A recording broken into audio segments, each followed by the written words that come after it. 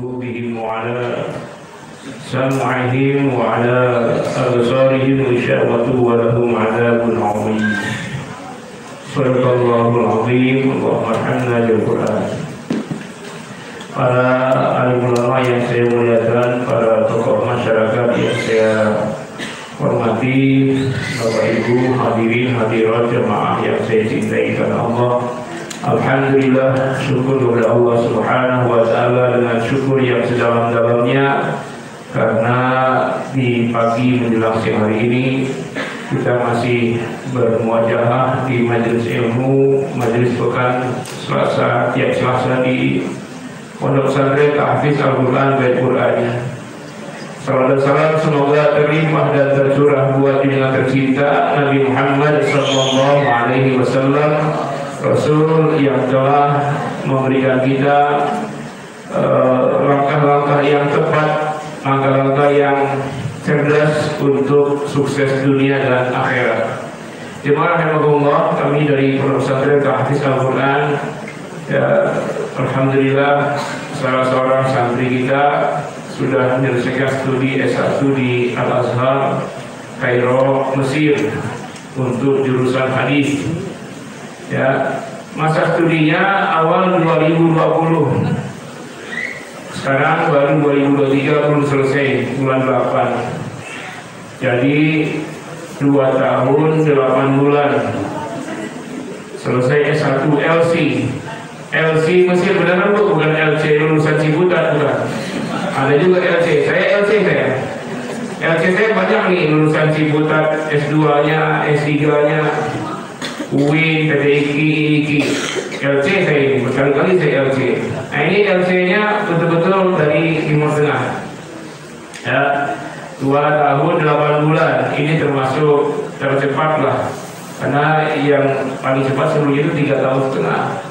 Tapi kalau malas-malas bisa 8 tahun, ya 7 tahun. Memang pilihan untuk selesai kuliah di Mesir memang kesungguhan dan kemauan keras, ya. Ini alhamdulillah kita bersyukur sekaligus lulus dengan prestasi-prestasi yang banyak, termasuk penguasaan terhadap qiraah syarah, yaitu mendapat sanad tertinggi untuk qiraat Al-Quran, qiraah syarah, yaitu Ibadur Rahman. Ibu lihat, Bapak Ibu di tangga itu ada spanduknya, itu mengawinkan 2 prestasi, prestasi lulus S1 tercepat, prestasi meraih sanad tertinggi qiraah asyarah.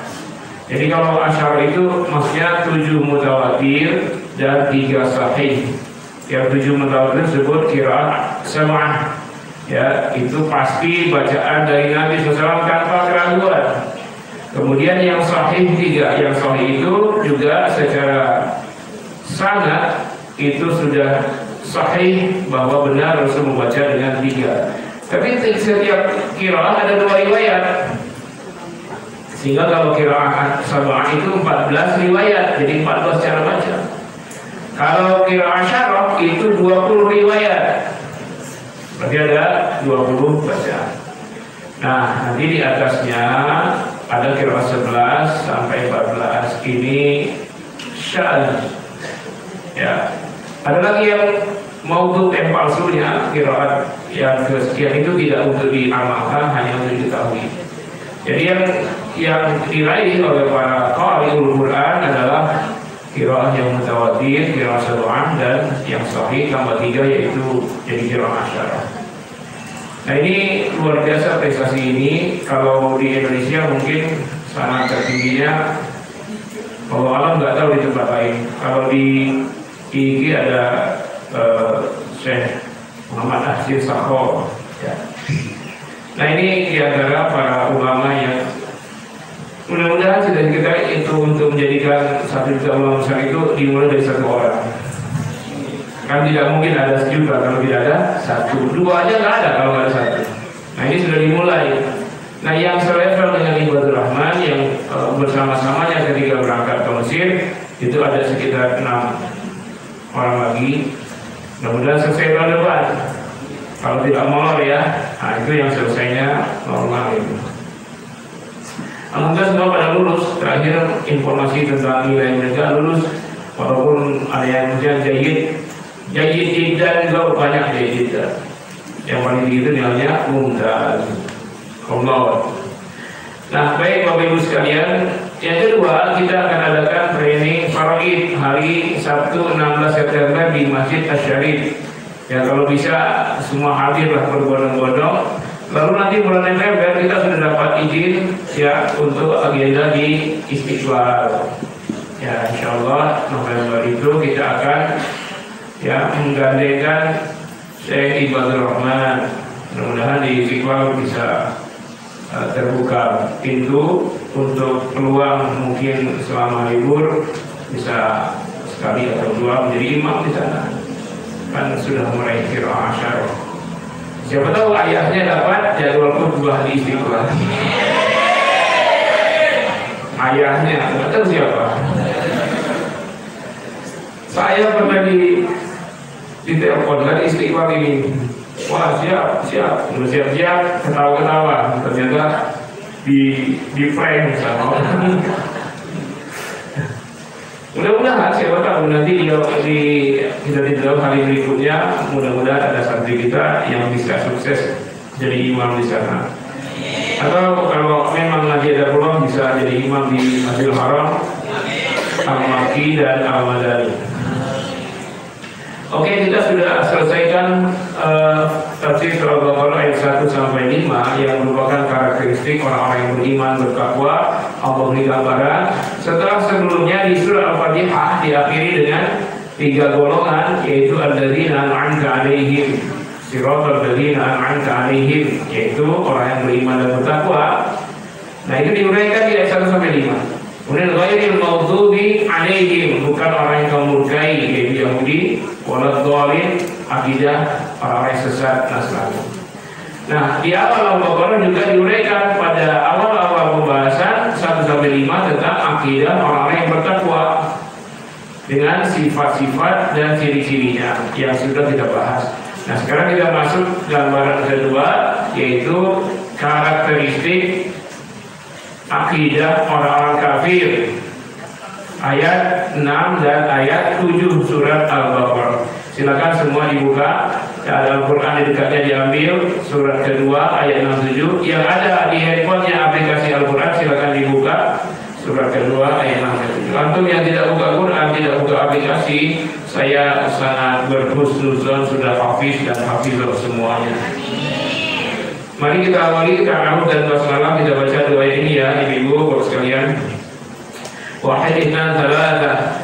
A'udzu billahi minasy syaithanir rajim.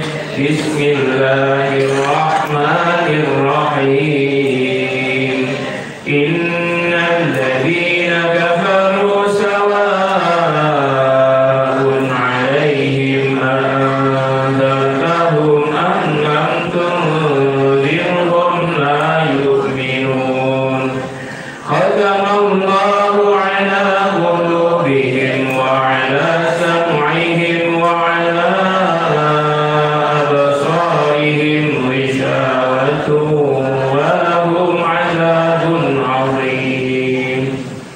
Innal ladzina kafaru sawa'un 'alaihim, sesungguhnya orang kafir itu sama saja atas mereka. Anzartahum, apakah engkau senantiasa ingatkan mereka?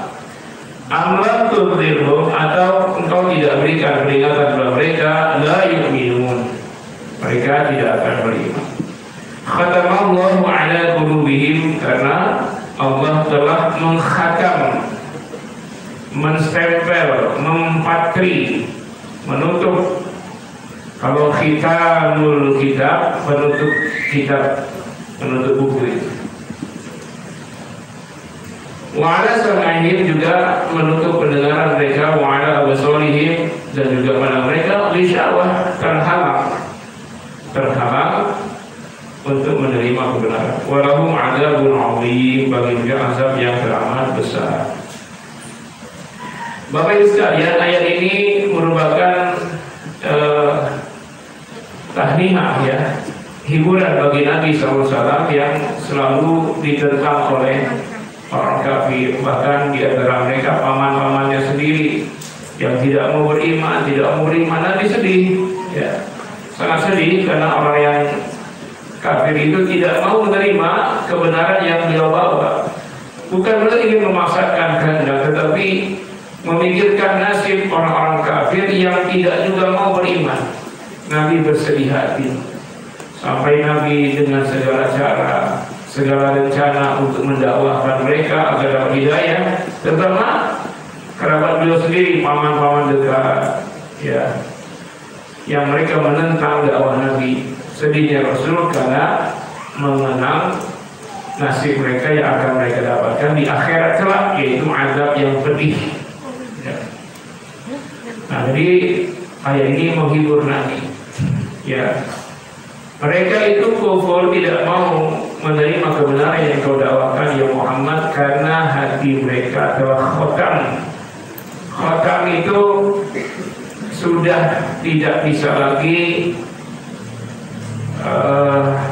menerima cahaya yang masuk, saking hitamnya hati. Jadi cuma sekalian, kalau hati diciptakan Allah itu bersih dari segala kotoran. Awalnya seperti itu, seluruh hati yang Allah ciptakan semuanya bersih. Dan hati yang bersih ini ada link yang nyambung langsung kepada Allah Subhanahu wa Ta'ala. Makanya kalau ditanya bagaimana ya Rasulullah kami kalau tidak mendapatkan dalil dari Al-Quran tentang sebuah kebenaran, kata Nabi, ya silakan memakai atau ngecek di hadis Nabi, di qaul Rasul, di ucapan perbuatan Nabi. Kalau kami tidak temukan di hadis bagaimana? Kata Nabi, ya kalau tidak ketemu di Al-Quran, tidak ketemu di hadis, sal nafsak, tanyakan hatimu, itulah kebenaran. Tapi yang dimaksud hati di situ adalah hati yang belum terkotori, bukan hati sal nafsak, tanyakan hatimu, nggak mungkin, karena Nabi tahu hatinya Abu Jahal. Nah, sekarang kan orang banyak asal ngomong, ya soal kebenaran itu tanya hati masing-masing. Ya, itulah kebenaran. Belum tentu hati siapa. Kalau hati yang sudah khotam, maka tidak bisa jadi rujukan. Nah, kalau kita mau tanya hati kita, sebersih apa hati kita? Apa seperti hati sahabat yang ketika bertanya kepada Rasul, ya Rasul, kalau kami tidak dijumpai di Al-Quran dan Sunnah, bagaimana kami mempertimbangkan sebuah kebenaran dan mengambil keputusan? Kata Nabi, sama tanya hatimu, karena yang nanya sahabat, hatinya sahabat. Nah, hadis ini dipakai oleh orang-orang liberal untuk menetapkan sebuah kebenaran. Ya nggak usah cari dalil segala macam, tanya ya kalau hati kita seret, oke, itu benar, kalau enggak, bukan begitu. Memang Allah sebutkan hati itu jernih, bersih, karena disitulah kontak manusia dengan Allah Subhanahu wa Ta'ala. Di dalam hati itu ada saklar untuk nyambung kepada Allah. Namanya al-lub. Apa? Al-lub. Lubab, namanya lubab. Makanya orang yang lubab atau lubnya itu bersih, langsung mendapat cahaya Allah, disebut ulil albab. Orang-orang yang hati jernih, yang mereka ini mempunyai kemampuan untuk ya, mempertimbangkan kebenaran dengan hati dan akalnya itu. Nah, hati yang bersih ini terkotori oleh apa? Oleh maksiat dan dosa. Nah, ketika seorang berbuat dosa, maka akan muncul noda di hatinya, itu setitik hitam. Namanya ron. Di mana? Ron itu surat Al-Mutaffifin ya. Nah, apa bunyinya? Kalla bal rona ala qulubihim. Ada setitik ron, noda. Kenapa? Dosa. Ketika setitik itu sudah mengotori hatinya, lalu dia bertobat, dia kembali bersih. Karena dia hanya setitik yang gampang dilap seperti kaca yang terkena percikan lumpur, begitu dilap langsung bersih. Tapi kalau satu titik itu tidak dibersihkan dengan istighfar dan tobat, akan muncul ron yang kedua, ronain. Kita sebut rona, titik hitam berikutnya. Lalu dia tidak bertobat, bikin dosa lagi, masuk bintik hitam berikutnya. Ketika bintik hitam itu sudah lama dan berkarat, susah dilap, dia menjadi taba'un, taba'ala qulubihim, sudah jadi taba'un. Taba'un itu sudah susah dilap, sudah dibersihin kayak toilet yang ada benda warnanya berubah, sudah menghitam dan kuning, itu susah dibersihin karena sudah melekat begitu. Nah itu sudah hitam hatinya. Nanti taba'un, rangkaian dan beberapa dosa yang tidak terbersihkan menjadi bintik hitam yang susah dibersihkan, sehingga hati yang jernih itu sebagian ini hitam. Lah, lalu dia tetap berbuat dosa, maka lama-lama ron tadi sudah tabu'un banyak mengitari hatinya, sehingga sudah menjadi gelap, lalu cahaya dari luar tidak bisa masuk, sementara kegelapan di dalam hati ya tidak bisa dikeluarkan. Nah, kondisi itulah yang disebut khotam. Jadi khotam selesai sudah, tak bisa lagi diperbaiki. Tahu ya khotam ya? Nah, khotam itu hanya sudah selesai. Kalau penutup buku itu sudah penutup ada tulisan selesai khitamul kitab, buku pun ditutup, maka siap diedarkan. Ya, kalau dia mau nanti ada edisi kedua. Tapi kalau belum dikhatam masih bisa direvisi, dicek, itu buku. Nah, hati sudah tidak bisa lagi setelah khatam. Nah, karena hati yang khatam itu, maka tidak akan ada lagi cahaya hidayah yang bisa masuk untuk merubahnya. Nah, apa yang ada di hati yang khatam? Di dalam hati yang khatam itu hanya kegelapan, hanya penyakit ditumpuk dengan penyakit yang lain. Kalau dia disebutkan seperti penyakit fisik, maka itu namanya komplikasi aneka macam penyakit. Kalau penyakit mungkin dalam hati, dalam tubuh seorang ada diabetes meletus, sekaligus ada levernya, ada ginjal, ada darah tinggi, ada stroke, ada, sudah gabung semua, sehingga kalau diobati satu penyakit berdampak buruk bagi penyakit lain.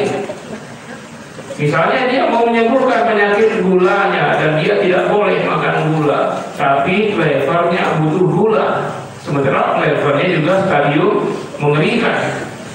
Dia ingin sembuhkan levernya, diabetesnya terancam, asam uratnya tinggi, dites 16 misalnya, di atas normal, gula darahnya 600. Nah itu sudah khotam. Apapun tindakan yang dilakukan akan berakibat fatal kepada nyawa si orang yang sakit. Maka yang dimaksud hati yang khotam itu komplikasi berbagai penyakit. Di dalamnya ada kufur, sekaligus di dalamnya ada nifak, kemunafikan. Di dalamnya ada fasad, perbuatan buruk. Di dalam hati itu berkumpul juga sayyiat, kejelekan. Di dalamnya ada mujrim, kriminal. Bersamanya ada musrik, melampaui batas, membinasakan diri. Di dalamnya ada tohok, syirik, penyembah tohut. Di dalamnya sudah berkumpul penyakit. Kondisi itulah yang disebut dengan innal ladzina kafaru sawa'un 'alaihim, sama saja. Mau dikasih tahu, tapi ada orang-orang kafir yang hatinya belum khotam. Nah ini yang masih bisa menerima dakwah, sehingga mereka bertobat masuk Islam, banyak kan? Ini karena hatinya belum khotam, penyakitnya belum komplikasi. Ya baru satu aja, baru penyakit kafir, kufur. Tapi hatinya belum ada kemunafikan. Kenapa dia kufur? Dia belum dapat informasi hidayah, dakwah belum sampai, maka dia mempertuhankan berhala, maka dia mempertuhankan apa tadi? Trimurti, ada Tuhan yang menciptakan, memelihara, menghancurkan, trinitas. Ya, ada yang bapaknya, anaknya, ada gabungan 3 dalam 1. Ada yang menyembah Tri Astuti. Nah, itu semua karena belum khotam, dia belum ada munafik, tapi ada kufur. Kufur itu masih tertutup. Jadi kafir itu orang, nah khotam itu hatinya tertutup, mati, sudah tak bisa kembali lagi. Tapi kalau kufur itu tertutup juga. Artinya kafaro tertutup, cover, bahasa Inggrisnya cover book.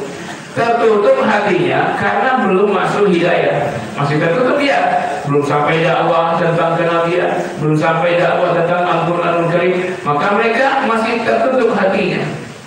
Kafir. Jadi kafir itu tidak kasar, Pak. Kalau kita sebut non muslim dengan kafir, tidak kasar, itulah selembut-lembutnya. Kenapa? Karena hatinya masih tertutup. Bukan tertutup kepada keyakinan mereka, hati mereka tertutup kepada keyakinan kita, bahwa mereka masih hatinya tertutup menerima Islam, hatinya masih tertutup menerima Al-Quran kitab suci, hatinya masih tertutup menerima Nabi Muhammad Nabi akhir zaman, hatinya masih tertutup menerima Allah tidak beranak, Allah ahad, masih tertutup. Maka menyebut mereka dengan kafir tidak kasar.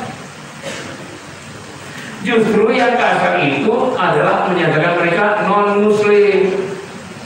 Non tidak muslim tidak akan menjadi orang yang mendamaikan. Muslim orang yang mendamaikan atau orang yang menerima kesejukan, kedamaian. Kalau pakai non, wah berarti tidak. Itu yang kasar, non-muslim itu kasar. Kafir tidak kasar. Tapi kalau kafir disebutkan kepada saudara seiman karena beda partai, itu kasar. Siapa yang memilih calon presiden A? D nggak ada. A, G, P, AGP. Siapa yang milih G berarti non. Yang milih A enggak begitu. Hanya beda calon. Hanya beda mazhab. Kamu apa? Saya matahari bersinar. Kamu saya bintang 9. Antara bintang 9 dan matahari itu sebenarnya semuanya taat kepada Allah SWT dalam ketaatan. Kenapa dipertentangkan? Giliran aja, giliran saatnya matahari ya sudah bulan mengalah. Kan kayak siang ini sedang saatnya matahari mengalah bulan sama bintang. Masa mau terbit semua? Saat malam hari gilirannya bintang sama bulan, ya matahari mengalah. Nah kan jadi enak ketika pergantian matahari dan bulan serta bintang itu teratur, enak yang kerja di siang hari, enak yang tidur di malam hari, enak. Coba kalau kamu mengalah, matahari muncul, bulan muncul, semua bintang ada di malam hari, di siang hari, gimana mau istirahat? Kapan mau cari nafkah? Jangan saling mengkafirkan hanya karena bintang 9 atau matahari terbit.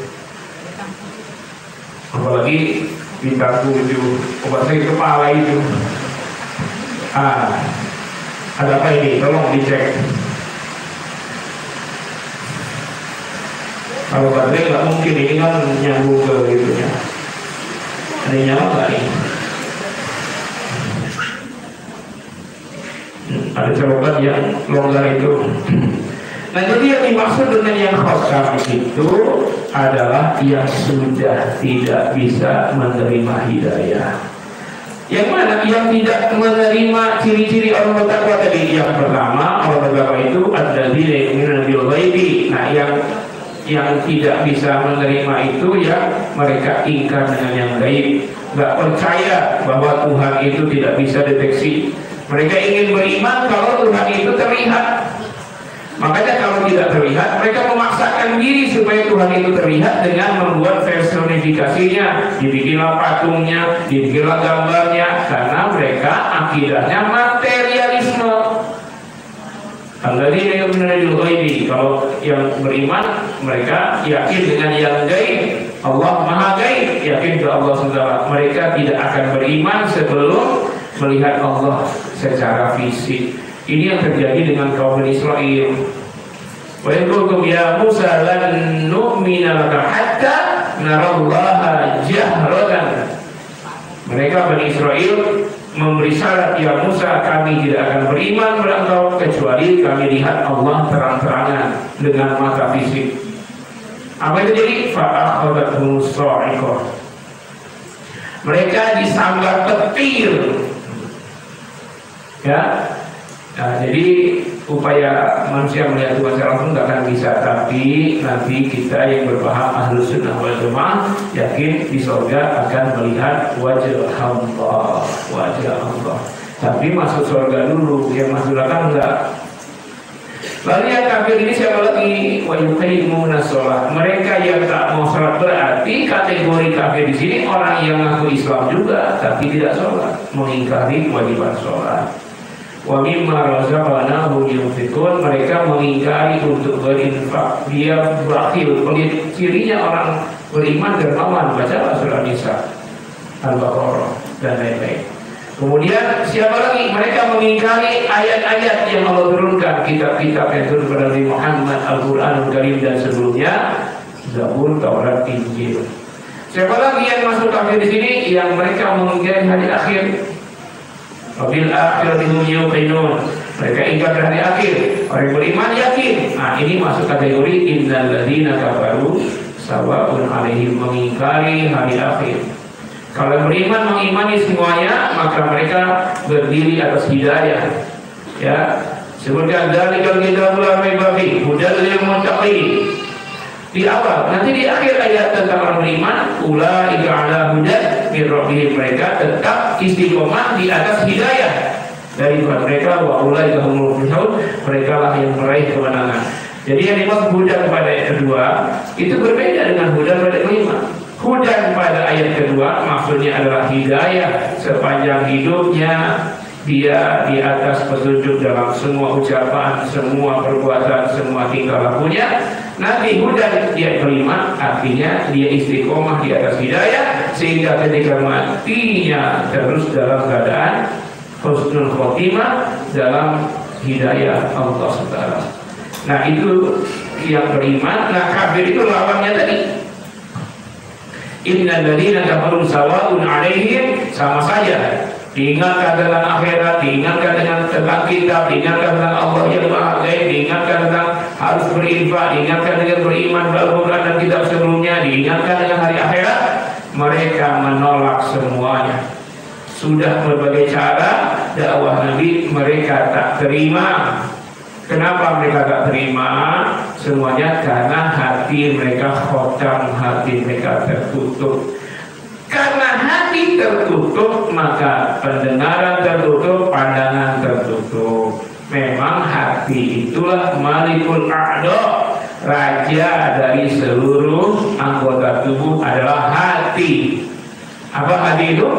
Malikul a'dha, raja anggota tubuh. Kalau hatinya sudah oke, maka oke semuanya. Matanya, pandangan, pendengarannya oke. Tapi kalau hatinya sudah tertutup, maka semua pandangan, pendengaran, penglihatan, semua pun sudah tertutup, sehingga hidayah tidak akan pernah masuk ke dalamnya. Karena proses masuknya hidayah itu dari pandangan, dari pendengaran, apa yang dilihat, apa yang didengar. Ya. Nah, ini selaras dengan apa yang Allah sebutkan dalam surat Al-A'raf, surat ke-7 ayat 179. Allah menyebutkan, ya, a'udzubillahi minasyaitonir rajim, wa laqad dzara'na li jahannama katsiran minal jinni wal ins, dan sungguh akan kami penuhkan neraka jahanam itu dari seluruh bangsa jin dan manusia. Kenapa? Bukan karena Allah yang zalim. Kenapa mereka manusia dan jin itu penuh masuk ke jahanam?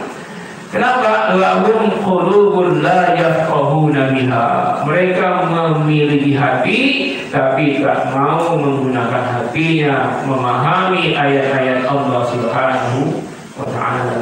Mereka menolak. Walahum ainun la yubsiruna biha. Mereka terima dari mata mereka. Lalai. Nah, jadi kenapa Allah sebutkan lebih dahulu hati? memang sumbernya hati. Amal soleh diterima sumbernya dari mana? Hati yang ikhlas, niat. Bagaimanapun bagus amal kita, tetapi tidak ada niat karena Allah, tidak akan diterima. Makanya hati ini menjadi pusat sentral kebaikan atau keburukan seseorang. Nabi menyebutkan, ya kalau Nabi sebut di hadis, ala inna fil jasadi mudghah. Ketahuilah dalam tubuh ini ada segumpal daging. Idza saluhat saluhal jasadu kulluh. Kalau segumpal daging itu baik, maka seluruh anggota tubuhnya baik. Wa idza fasadal jasadu kulluh. Kalau hatinya rusak, maka seluruh fisiknya akan rusak. Tapi qulubun itu hati, segumpal darah itu bukan hati pengertian lever itu ya. Kalau dalam bahasa Arab lever itu kabid, hati yang isi, hati yang pelak. Nah kalau kolbu bukan hati yang pelak, kolbu itu jantung. Yang benar itu bahasa Inggris. Coba bahasa Inggris kalau hati apa? Lever kan? Tapi kalau jantung, heart. Coba dia bilang, hatiku bersedih. Apa bahasa Inggrisnya? My heart so sad, so sweet, so sad. Ya kan? Heart kan? Jantung kan? Jadi bahasa Inggris benar. Bahasa Indonesia keliru. Kolbun, hati. Sebenarnya kolbun itu jantung. Coba kalau hati bapak lagi cemas, ibu lagi cemas, yang berdetak ini deg-degan lever apa jantung? Jantung. Kalau semuanya selesai dengan menggembirakan yang puas hati, tapi memang itu mana? Kesini kan jantung kan? Alhamdulillah. Bukan alhamdulillah. Enggak ada kan? Ini lever di sini, jantung di sini. Yang benar qalbu itu jantung. Cuman terjemahnya keliru, tapi sudah populer, sudah viral, maka yang salah jadi benar. Ya enggak? Sebenarnya kan jantung, kolbu itu jantung. Qulubun itu jantung, bukan hati. Hati itu kabidun, bahasa Inggrisnya lever. Sedangkan bahasa Arab kolbun, heart, jantung. Banyak orang tenang di sini, megangnya orang was-was. Sini kan, nggak ada yang pegang di sini. Ya, secara perbuatan benar, tapi secara terjemahan keliru. Memang kalau sudah populer yang salah itu jadi benar. Ibu-ibu sebelum ke sini ngasih sarapan anak-anak masak apa? Ya, yang jadi makanan pokoknya masak nasi, berarti makan bubur. Masak beras kan? Ibu masak beras kan? Tapi karena sudah populer jadi benar.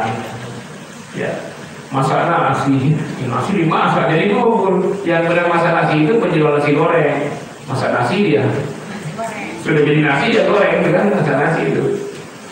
Nah, Ibu ke mana hari ini? Saya ke Bandung PP. Apa PP? Nah, salah juga. Masa pulang dulu, pulang pergi pulang.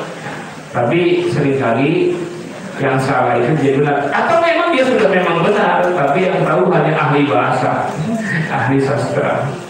Seringkali ahli sastra menyebutkan ujungnya, tidak menyebut prosesnya. Kayak masak nasi, tidak menyebut prosesnya, dia sebut ujungnya, masak yang hasilnya nasi. Nah, ini terjadi bias makna dalam bahasa. Nah, jadi yang dimaksud itu jantung. Ya, kolbun itu jantung. Itu yang lebih tepat. Nah, apa kata Allah? Innal ladzina kafaru sawa'un 'alaihim anzartahum am lam tunzirhum la yu'minun. Kamu kasih tahu, dakwahin, tidak dakwahin, terus-menerus dengan berbagai cara, mereka tidak akan beriman karena hati mereka sudah kotor. Karena hati sudah kotor, maka akalnya tak berpikir. Kenapa? Coba lihat, dia yang bikin, dia yang sembah. Penyembah berhala, mereka yang bikin patung, yang mereka bikin dari sini, jadilah salibnya. Mereka sembah. Bahkan di zaman Umar, nggak tahu zaman sekarang masih ada apa enggak, untuk lebih efektif efisien, maka dibikinlah patung itu dari adonan gandum. Jadilah roti orang dianggap dewa, disembah-sembah. Kemudian capek nyembah, dimutilasi itu dewanya, dipotong tangannya dimakan, ada yang disembelih kepalanya dimakan. Nah, dia yang bikin, dia sembah. Coba masuk akal nggak? Secara akal kita tidak akan masuk akal itu. Tapi karena khotam, hatinya tertutup, akalnya tertutup, telinganya tertutup, tak mau dengar. Pak Umar bin Khattab jahiliyah, Umar zaman Islamnya ya. Kan ada yang bikin itu, kenapa Anda sembah? Kamu tahu apa? Malah dia marah. Mungkin pedangnya melayang, lepas leher orang. Kamu nggak lihat apa? Nggak punya mata? Kan kamu sendiri yang lihat tuh. Kalau kamu sentuh hidungnya bisa copot. Masa disembah untuk menyelamatkan diri sehingga bisa bagaimana menyelamatkan dirimu? Tapi karena hatinya sudah khotam, susah. Sekarang yang menyembah tikus, yang menyembah sapi di India itu kan tidak masuk akal. Cuman orang muslim bawa sapi di atas truk, mereka razia, mereka pukul. Nah, dulu di bagian negara India yang mayoritas Hindu, kalau menyembelih sapi masuk penjara seumur hidup. Sekarang dinaikkan hukumannya hukuman mati. Kan nggak masuk akal. Nah, sekarang sapi itu jadi hama di India. 6 juta ekor sapi jalan-jalan di jalan, rebut-rebutan makan dengan manusia, dan tidak boleh disakitin. Jadi kalau dia masuk pasar, ibu jual sayur dimakan sapi, cuma bisa usir doang, nggak boleh mukul sapi, usir dia. Rebut-rebutan dengan manusia, rebut-rebutan daun. Kita mau makan kangkung, rebutan sama sapi. Mau makan daun ubi, rebutan sama sapi. Semuanya karena hewan-hewan lain yang juga dipelihara berebutan pangan dengan sapi, dan sekarang sudah menjadi masalah besar di India itu sapi. Belum lagi kotorannya di mana-mana. Kan nggak usah. Tapi bagi mereka nggak peduli masuk kalau nggak, bahkan kotoran sapi dan kencingnya diaduk, ditaruh di kolam tempat mereka mandi-mandi, ditaruh di sebuah ditaruh di dunia segi empat, kasih air, diaduk-aduk tempat mereka berenang-renang, ya, demi dewa sapi. Kan tidak masuk akal. Mereka yang pelihara sapi dari bayinya, mereka yang kasih makan sampai tumbuhnya, mereka yang merawat sapi itu jangan sakit. Setelah mereka semuanya mereka yang berjagat, mereka pula minta perlindungan dengan yang mereka rawat. Bukan sapi itu yang merawat mereka, bukan sapi itu yang kasih makan mereka, bukan sapi itu yang pergi hidup sama mereka, tapi mereka yang merawatnya dari kecil, memberi kehidupan, memberi makan, memberi. Kok mereka sumpah? Nah, itu yang dimaksud lahum qulubun la yafqahuna biha, punya akal tak punya pikiran, punya akal, punya otak tak punya akal. Benar-benar Quran itu menyebut seperti itu mereka. Nah, ini yang sudah khotam itu begitu. Malah sekarang banyak masjid-masjid mereka hancurkan. Untuk negara bagian yang muslimnya minoritas sudah habis tuh masjid-masjidnya. Untuk negara muslim yang masih agak kuat itu masih bertahan di India ini. Belum bicara di negeri lain, di Thailand dulu, saudara kita di Myanmar, ya, Rohingya, Uighur. Jadi yang berakal itu memang selalu dipersekusi oleh yang tidak berakal. Ya, kalau di Indonesia nggak tahu lah, tapi masih untung di Indonesia tidak terjadi seperti itu karena Islam mayoritas. Coba lihat di negeri yang Islamnya mayoritas, semuanya masuk akal. Sementara keyakinan agama lain diberi kebebasan, tidak diganggu sedikit pun. Gereja mereka nggak disentuh, nggak ada Injil yang dibakar, nggak ada kitab, ya kan? Tapi kaum muslimin yang minoritas, Al-Quran dijadikan kayak bola, ditendang-tendang, Al-Quran mereka bakar, Al-Quran mereka hina. Ya, yang itu mengaku negeri paling demokrasi sedunia, bebas, ya, sehingga bebas membakar Al-Quran dan lainnya. Khatamallahu ala qulubihim, Allah telah menutup semua. Bukan Allah yang aktif menutup, tapi karena mereka yang mulai menistakan maksiat tidak taubat, pada akhirnya Allah Ya udah, kalau keinginan kamu untuk kufur sampai akhir hayat, khatam, sudah selesai.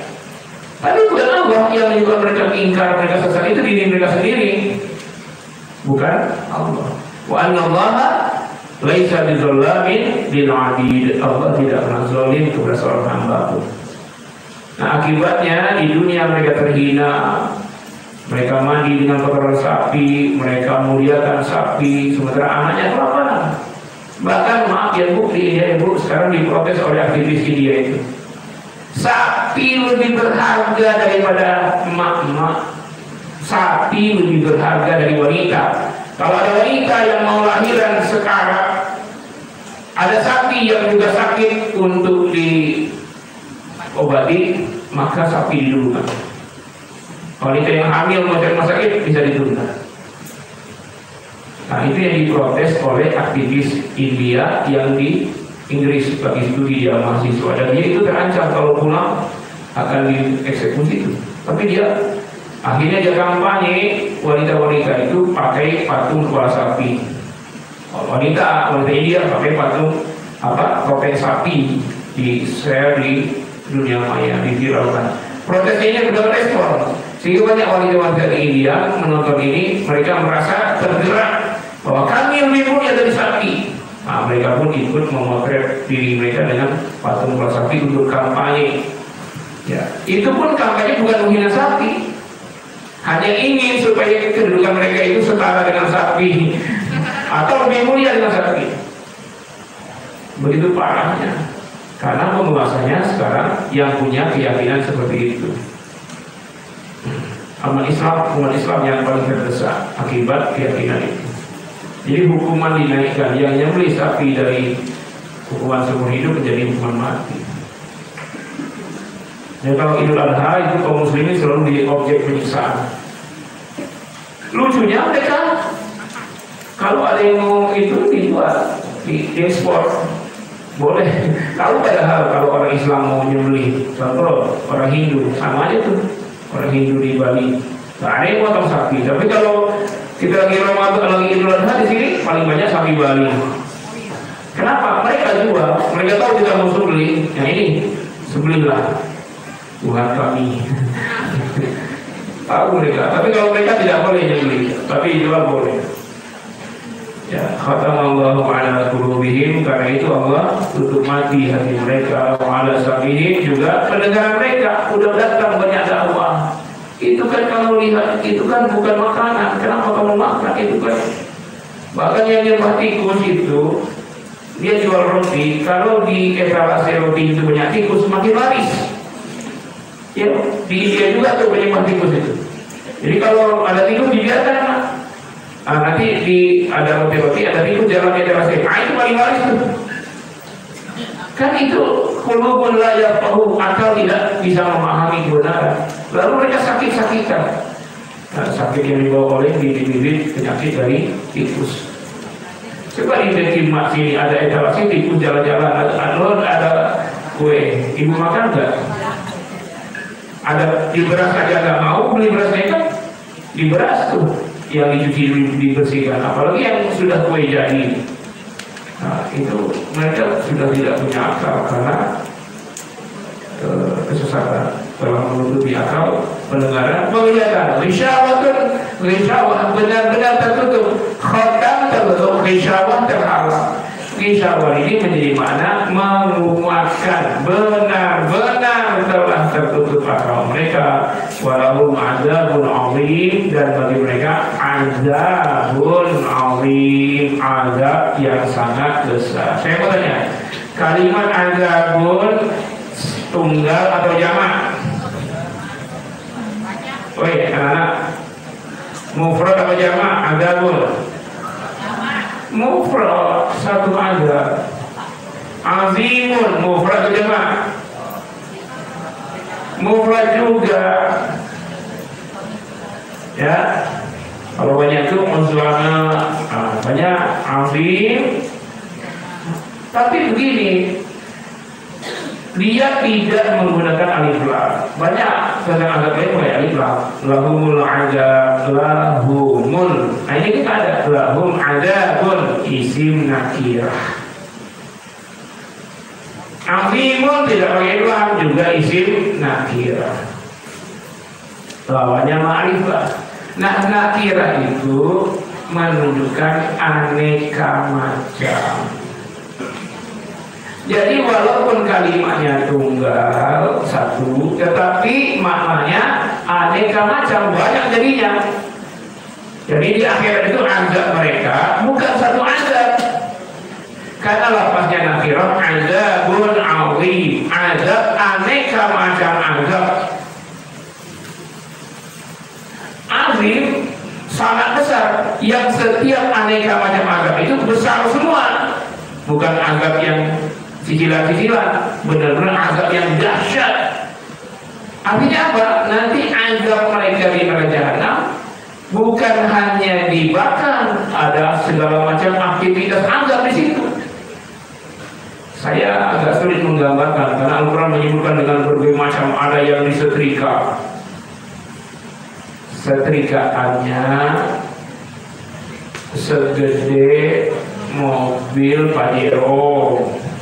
Tapi ibu-ibu bayangkan setrikaan waktu zaman jadul ya, yang arangnya dibakar, merah, masukin ke besinya, besi segala, itu setrika itu. Tapi sekedar Pajero sebesar Pajero, sementara yang setrika segede kita. Wah. Ada yang di yuhsabuna ala wujuhihim fi jahannam, wajahnya diparut di neraka jahanam. Ada.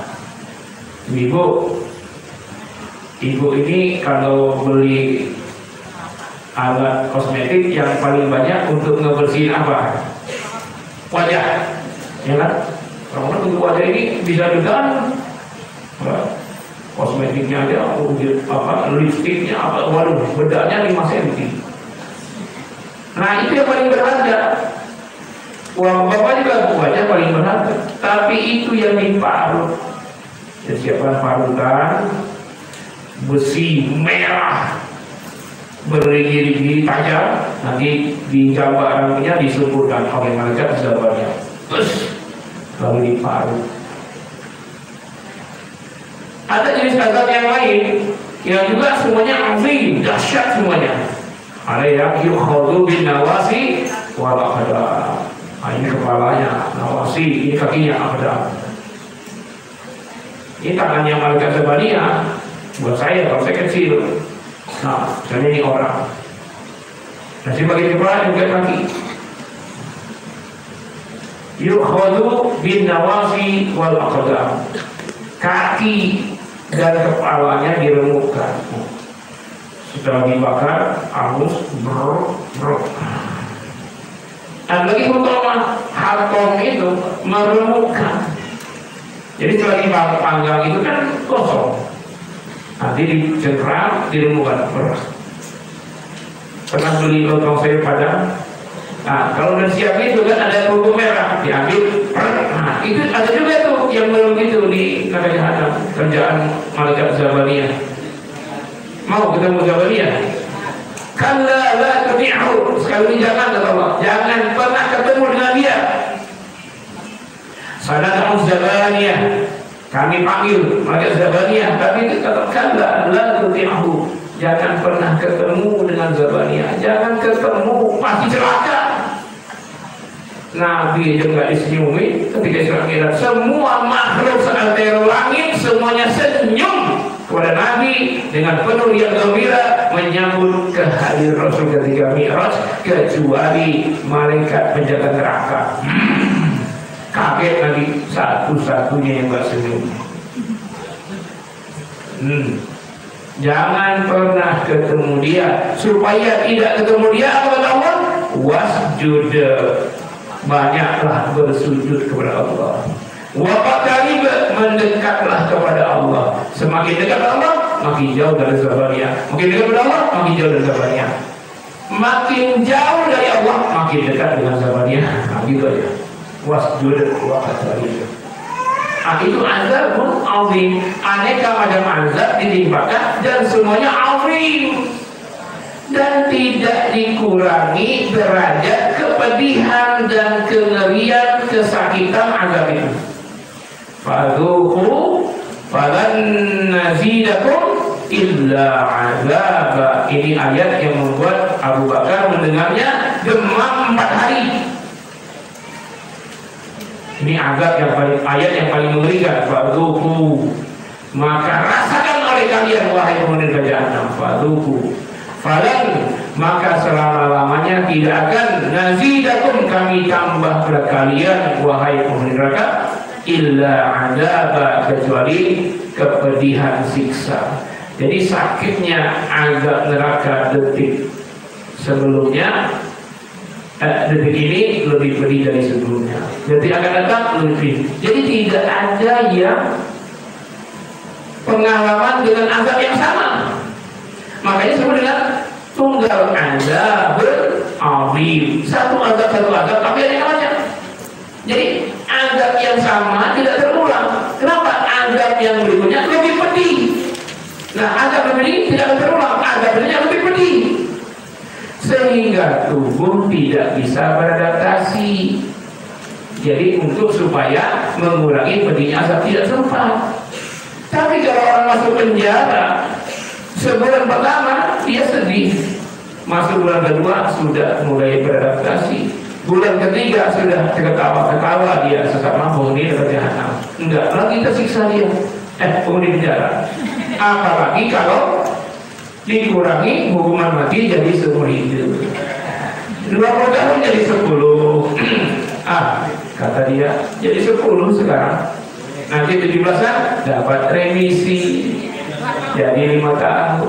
Nanti Natal, hari besar Islam, hari besar agama, dapat lagi diskon 50 jadi 2,5. Itu plus 2,5 banyak di hotel ini ada pada di sana. Itu di dunia begitu. Tapi jangan merasa menyamakan bahwa azab neraka itu seperti penjara di dunia. Jauh-jauh.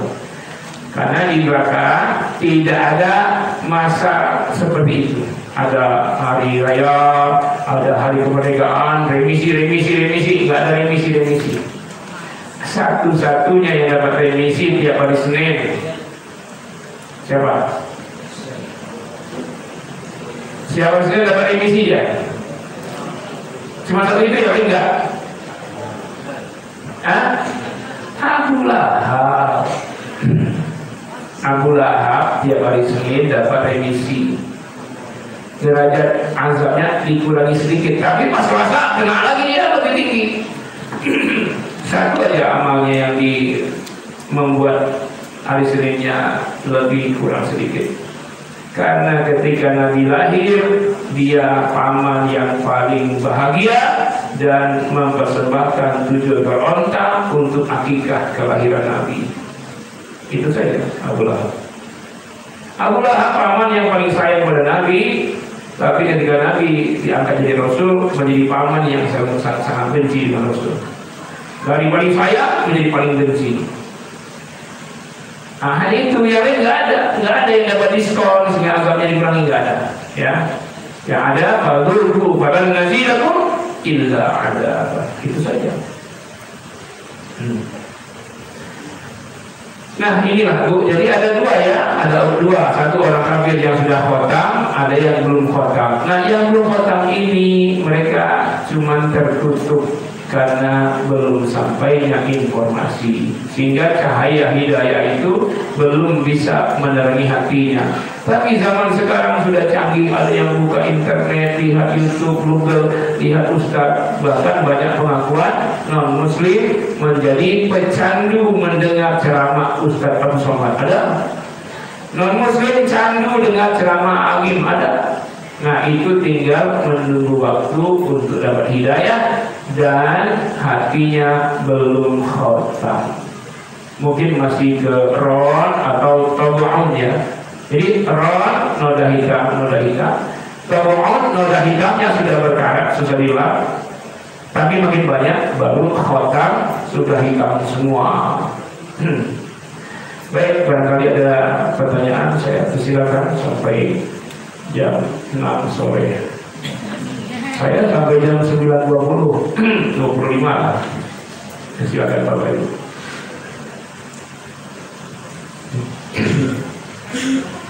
Nah, tolong mic-nya.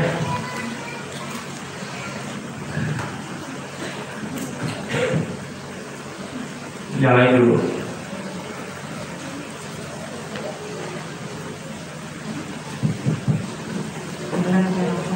Gedein suaranya dikit, volumenya. Bismillahirrahmanirrahim. Assalamualaikum warahmatullahi wabarakatuh. Waalaikumsalam warahmatullahi wabarakatuh. Ustaz, Ana mau nanya, kan kewajiban kita adalah menyampaikan agar cahaya itu sampai kepada hati orang yang belum terbuka tadi. Misalkan dengan orang-orang yang kita sayangi, gitu kan. Kita udah ingatkan untuk ya sebenarnya mungkin sholat ya, cuma kita pengen STW gitu, sholat tepat waktu gitu. Tapi setiap kita ingatkan sholat, galakkan dia Ustaz, marah-marah. Jadi sampai seberapa kita untuk ingatkan, sampai akhirnya kita setiap ngomong itu dia marah. Jadi akhirnya daripada gue dimarahin udah nggak deh gitu. Salah nggak kita kalau berantakan gitu, karena setiap diingatkan itu marah gitu Ustaz. Jadi kita ya udahlah, tanggung jawab masing-masing lah gitu. Ya. Fadzakir innama anta mudzakir. Selalu ingatkan, hanya tugas Anda mengingatkan. Soal dia dapat petunjuk urusan Allah. Sampai kapan saja, tapi bisa lewat orang lain. Karena hidayah itu begini. Misalnya ini skor 1 sampai 10. Hidayah itu di skor 8 misalnya. Jangan pernah frustasi ketika kita nasihati orang itu masuk itu, cuman dia baru di skor 1. Terus saja, atau ajak ngaji, atau ikuti tabligh akbar, atau semua yang sarana dakwah. Nanti orang lain lagi dia dengar dari mana, dia masih tolak itu, tapi udah naik ke level 2, belum sampai hidayahnya, masih 6 level lagi. Nanti dia kemana-mana lihat ada yang mati bunuh diri di bawah jembatan Ciputat. Wah, ini mati. Kalau nggak sholat mati begini, neraka. Belum sholat, belum bertobat, naik level 3. Terus anaknya tahu pas ngaji habis Quran, terpesona dia, tapi belum juga dia sholat, tapi udah naik tuh. Nanti tiba-tiba dia dapat hidayahnya di skor ke-8 ini, dia lihat orang kafir bakar Quran, sebagai muslim malah emosinya kan naik lagi.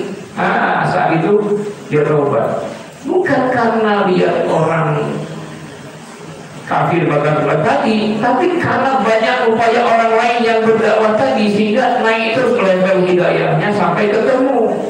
Nah, ketika ketemu ini namanya taufik.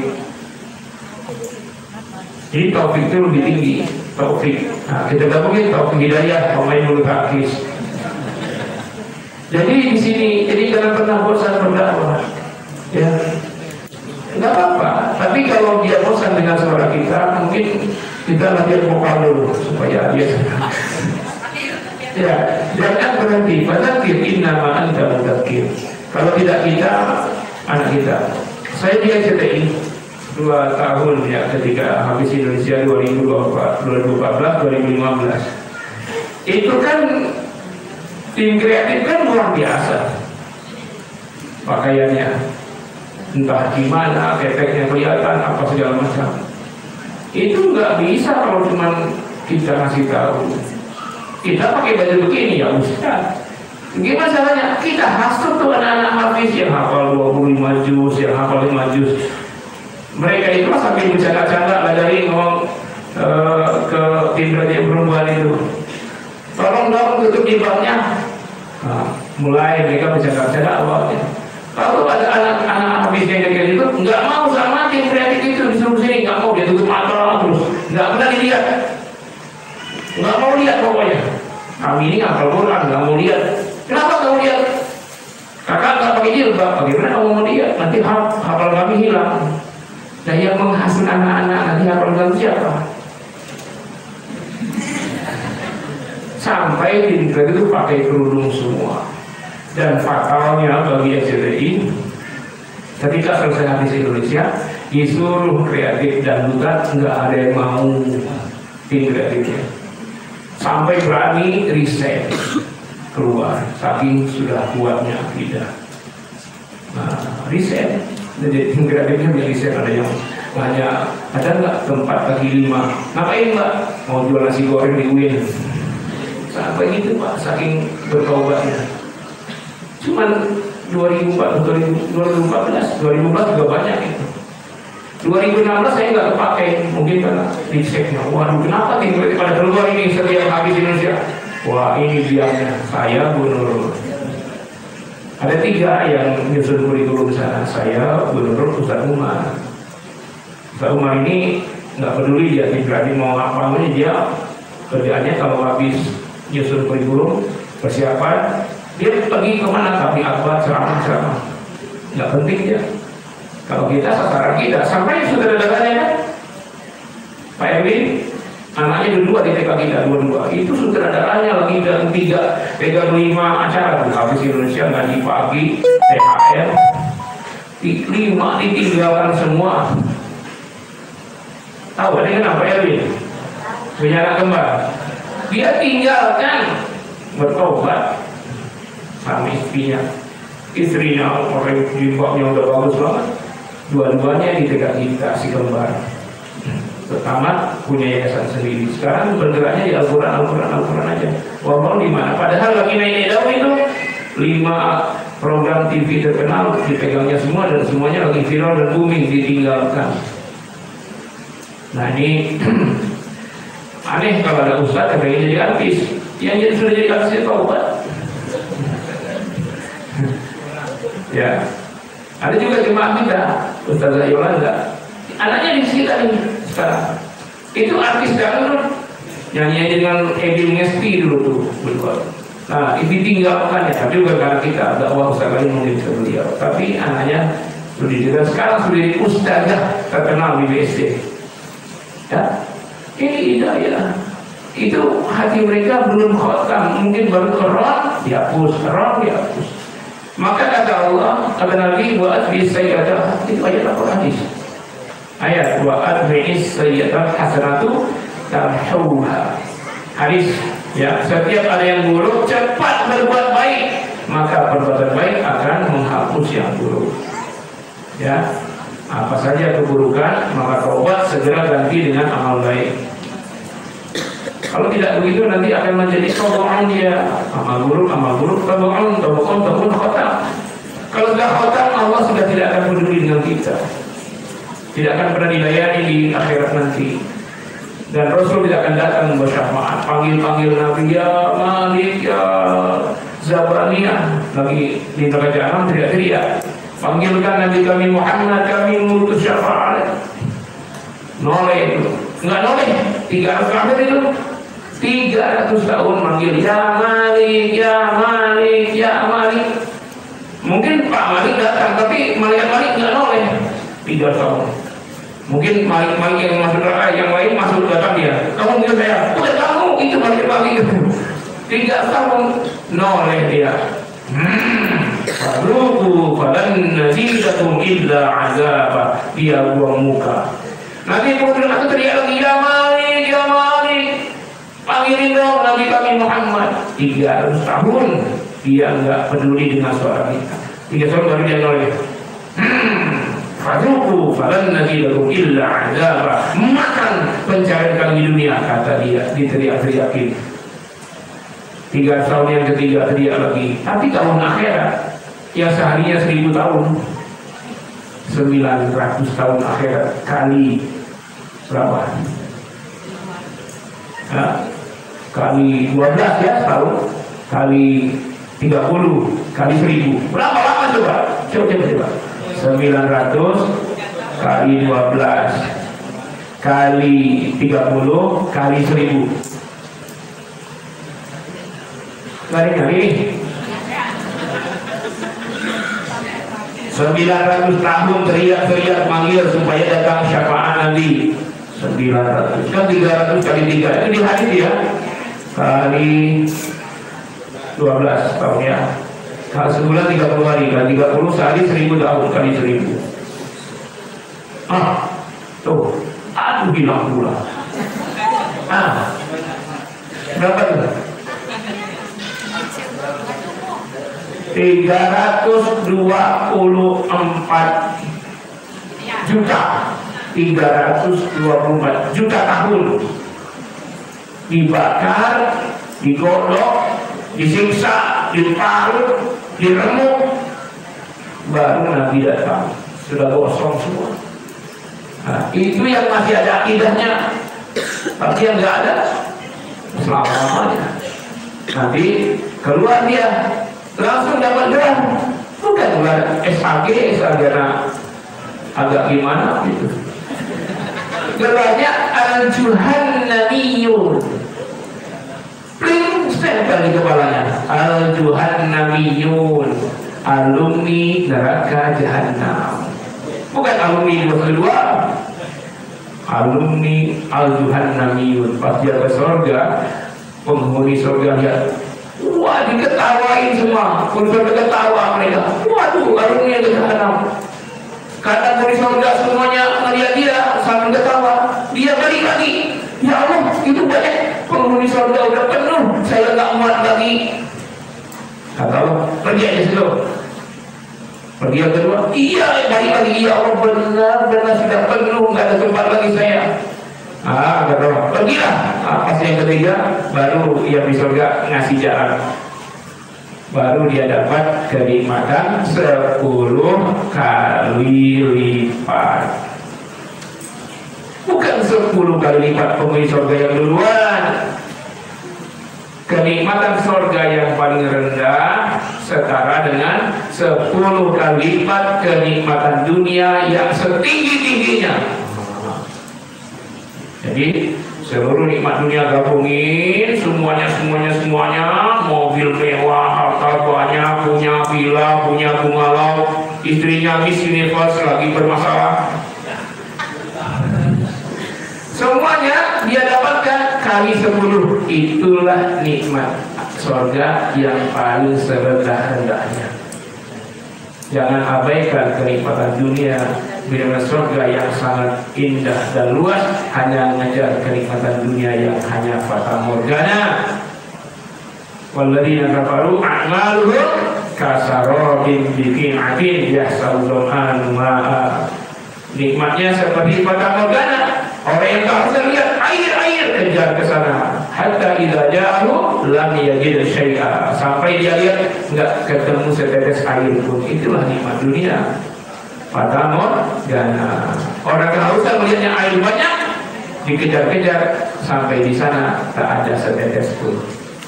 Hanya fata morgana. Nyari duit. Sudah kaya, dapat semua, mobil mewah, villa-villa, bungalow, istana, semuanya. Mau nikmatin, stroke. Nggak boleh makan daging, nggak boleh makan ayam, nggak boleh sate kambing, tongseng, nggak enak. Yang boleh apa? Daun-daunan. Nggak boleh pula digoreng, harus direbus atau nggak direbus, dicuci aja. Kan bohong saja. Saya pernah ngajar privat seorang kaya raya di taman wisata di Cibubur sana itu, dekat rumah SBY. Yes. Rumah mewah elit kota wisata. Kaya istana. Diajak makan. Sudah. Si tuan rumah separuh mulutnya merah karena sudah separuh. Karena dia makan, otak saya udah nih, wah ini jangan-jangan kepala kakap, dendeng rendang semua. Keluarlah buka tudung, kacang merah rebus, kol dicuci aja nggak diapa-apain, kol sama ada nasinya merah, nasi merah sama sambal. Iya, aduh saya bilang Akhirnya saya makan juga, tertawa. Saya nggak mau duluan. Saya dia makannya sedikit, nasi merah sedikit pula. Nah, saya ambil nasi merah lebih sedikit lagi saya. Cepat-cepat saya selesaikan. Langsung pamit saya. Saya masih pakai motor tuh. Ngebut saya, ada mau makan manggil saya. Balas dendam saya di situ. Semua dah, sajikan semua. Saya hantam. Tadi di otak saya udah ada kepala kakak, udah ada rendang, udah ada dendeng, ada semua di kepala saya, tapi di faktanya nggak ada. Pas sudah makan terus ngebut, langsung warung padang yang agak mewah, keluarkan semua. Tadi yang kepala kakak ada, dendeng ada, tapi di rumah kaya juga ada. Itu kasar mobil seperti fata morgana nikmat dunia. Tapi kalau di sorga ada semua, Pak. Kepala kakak, dendeng, semua lebih dari itu semua. Ya, mutasyabiha, mirip tapi nggak sama. Mungkin mirip dendengnya tapi rasanya dan tidak pernah sama.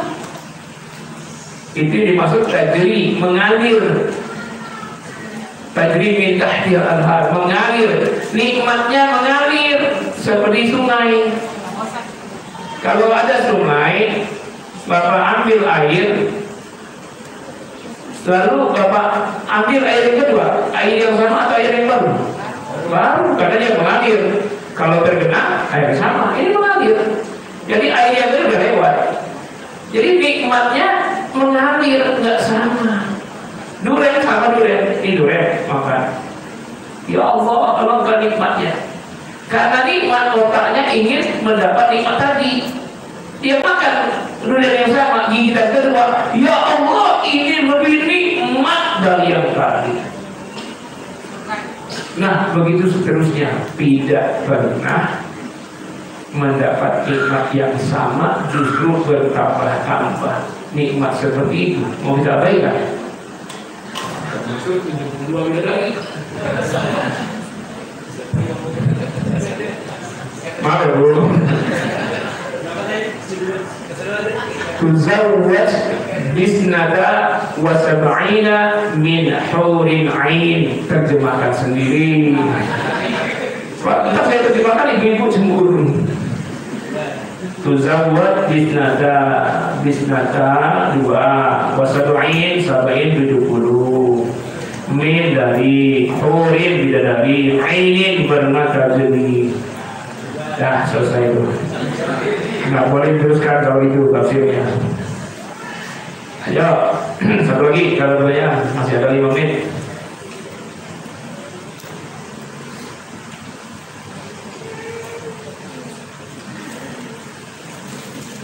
Ada dua alternatif, ayat 1 sampai 5 orang yang beriman, yang kedua 6 sampai 7 orang yang kafir. Insya Allah pertemuan berikutnya kita akan bahas orang-orang yang munafik. Dan ketika mempelajari karakteristik orang-orang munafik dari ayat 8 sampai 20, mari kita siapkan mental. Ya, ayat 8 sampai 20. Kenapa saya minta mensiapkan mental? Jangan-jangan kita termasuk di dalamnya. Jadi kalau kita bicara membahas ciri-ciri orang munafik, jangan ada di otaknya kita sedang membahas orang lain. Jangan-jangan kita sedang membahas diri kita sendiri. Tapi jangan karena ini Selasa depan nggak datang. Tunggu, ya datang. Ya kalau datang kita akan tahu dan akan menghindar dari kemunafikan yang lebih dahsyat kesesatannya daripada orang kafir. Tidak ada umat Islam ini yang gagal perjuangannya kecuali di tengah-tengah pasukannya ada orang munafik. Kalau semuanya orang yang mukmin hatinya jujur, tidak akan pernah kalah, baik perang fisik maupun perang politik.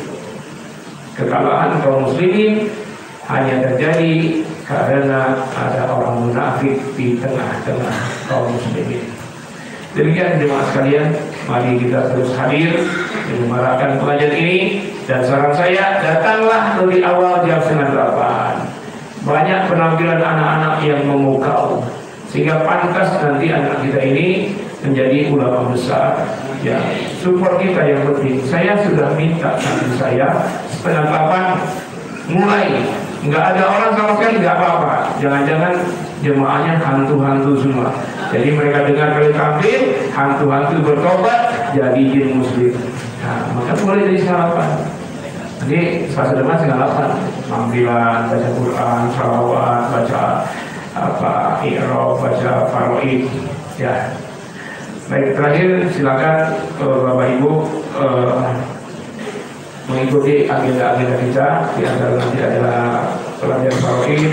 Nanti kalau ibadah Ramadan pulang ada dalam banyak agenda yang sudah satu, Istiqlal 1, luar daerah 1 sudah.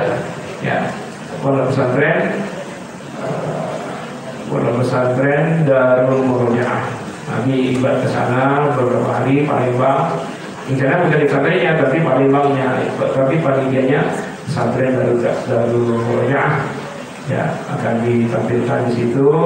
Teman-teman kita tetap bersama kita ya, bagaimana upaya mewujudkan pulau besar. Dan pondok pesantren itu sekarang sudah mengajarkan metode beki dengan guru-guru ustaz-ustaz dari santri beki yang lulus sekarang sudah beberapa orang jadi kiai di situ. Ya. Terima kasih. Mohon maaf. Wassalamualaikum warahmatullahi wabarakatuh.